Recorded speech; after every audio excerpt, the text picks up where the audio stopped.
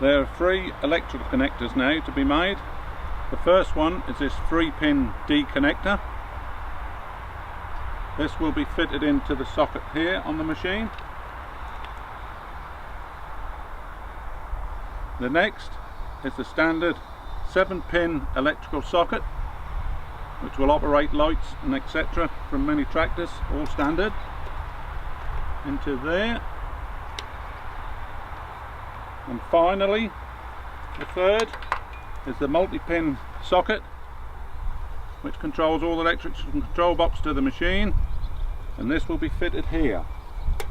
Please make sure that that is connected the correct way and the locking pins are fully home. That is the simple connections. There is an emergency stop button at the rear of the machine on the right hand side. Push the button in and this will disable all electric and hydraulic functions. To reinstate, just turn the button and it will release itself out again.